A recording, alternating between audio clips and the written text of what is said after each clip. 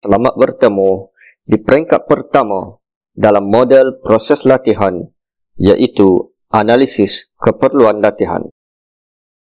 Pada akhir sesi, peserta dapat mentakrifkan maksud Training Need Analysis (TNA), mengenal pasti jenis-jenis TNA, menyenaraikan teknik-teknik TNA dan menyenaraikan ciri-ciri TNA. Pengurusan sumber manusia perlu mengenal pasti siapa yang memerlukan latihan dan jenis latihan yang sesuai diberikan bagi mencapai matlamat organisasi. Latihan diperlukan apabila prestasi kerja dan kualiti produk semakin merosot, berlaku perubahan teknologi atau kesilapan, dan kemalangan sering berlaku di tempat kerja. Analisis keperluan latihan (TNA) ialah satu tugas yang perlu dilaksanakan selalu. Sebaik sahaja TNA habis dijalankan, anda boleh tahu sama ada wujudnya perbezaan antara kemahiran, sikap dan ilmu pengetahuan yang diperolehi pekerja anda sekarang berbanding dengan kemahiran, sikap dan ilmu pengetahuan yang diperlukan oleh sekolah anda sekarang dan pada masa depan yang terdekat. Untuk memulakan TNA dijalankan, dua rujukan utama yang boleh digunakan iaitu Standard Kualiti Pendidikan Malaysia Gelombang 2, SKPMG 2 dan Kompas 2.0.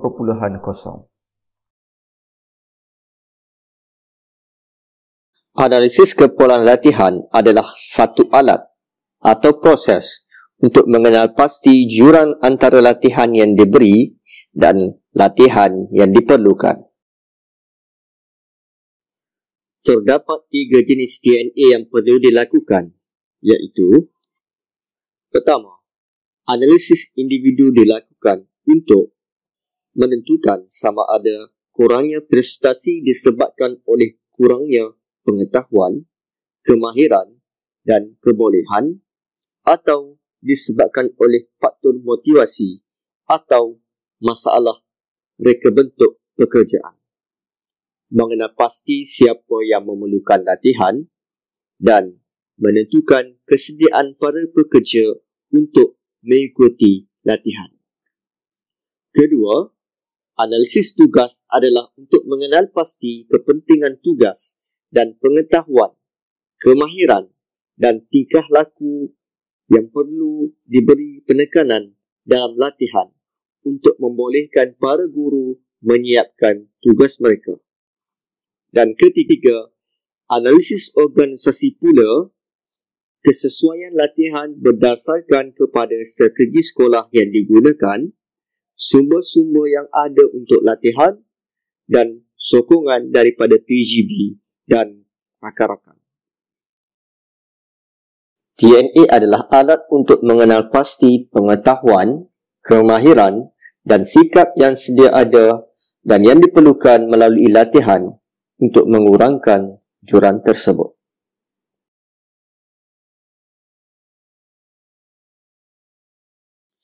Bagaimana kita menentukan jurang? Jurang adalah ditentukan dengan mengambil perbezaan antara prestasi yang diharapkan dengan prestasi sebenar.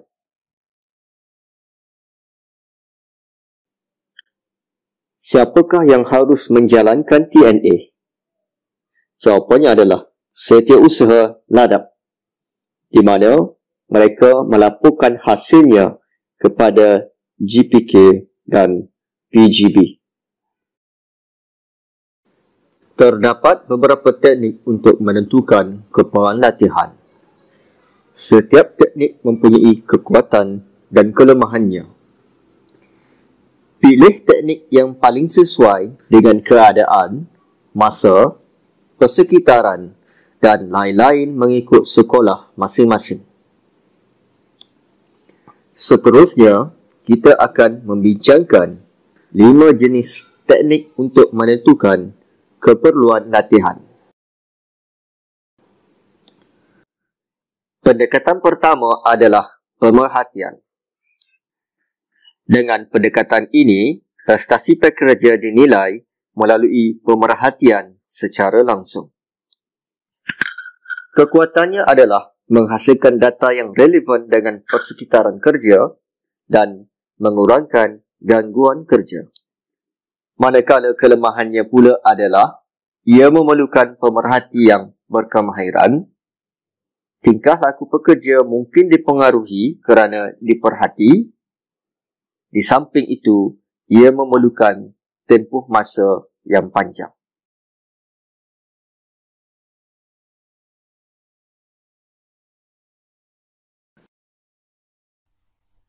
Dengan pendekatan ini, prestasi pekerja dinilai dengan menjawab soalan secara bersemuka. Kekuatan dapat mengenal pasti dan menerka masalah yang dihadapi. Manakala kelemahan ialah memerlukan masa yang panjang dan sukar untuk dianalisis dan memerlukan penemuduga yang mahir. Pendekatan ketiga iaitu soal selidik. Pendekatan ini berguna dalam mendapatkan gambaran menyeluruh mengenai apa yang dipikirkan oleh sebilangan besar pekerja. Kekuatannya adalah murah dan dapat mengumpulkan data dari ramai pekerja. Manakala kelemahannya ialah memberi maklumat terhad. Terdapat juga kebimbangan dan ketidakjujuran semasa menjawab soal selidik.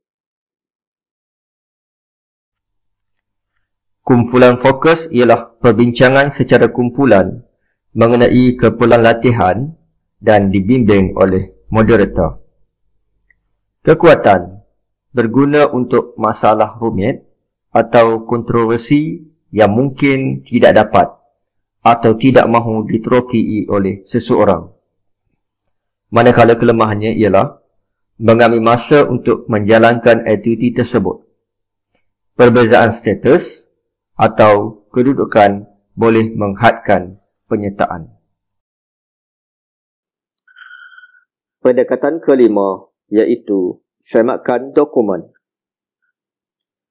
Dokumen boleh menjadi sumber yang berguna untuk menentukan keperluan latihan seperti deskripsi tugas, laporan prestasi, data SKPMG 2, data SPL KPM, dan data PBPPP.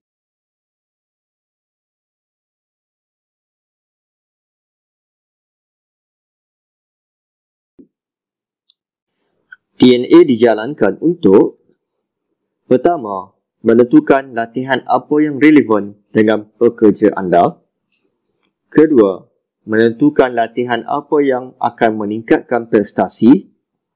Ketiga, menentukan sama ada latihan akan memberi perbezaan dalam organisasi. Keempat, membezakan keperluan latihan dengan masalah organisasi. Dan kelima, menghubungkan prestasi kerja yang lebih baik dengan matlamat organisasi. Cara mengenal pasti jurang. Pelbagai instrumen penilaian boleh digunakan seperti SKPMG 2 Standard 4 untuk menilai PDPC guru melalui teknik pemerhatian atau sematkan dokumen untuk mendapatkan jurang guru.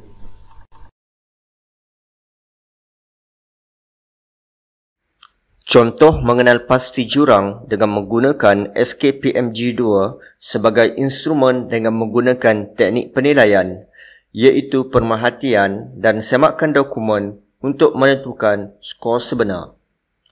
Jika pengiraan skor lebih daripada satu teknik, maka nilai tersebut boleh diperolehi dengan mencari nilai maksimum, minimum atau dengan mencari purata nilai tersebut.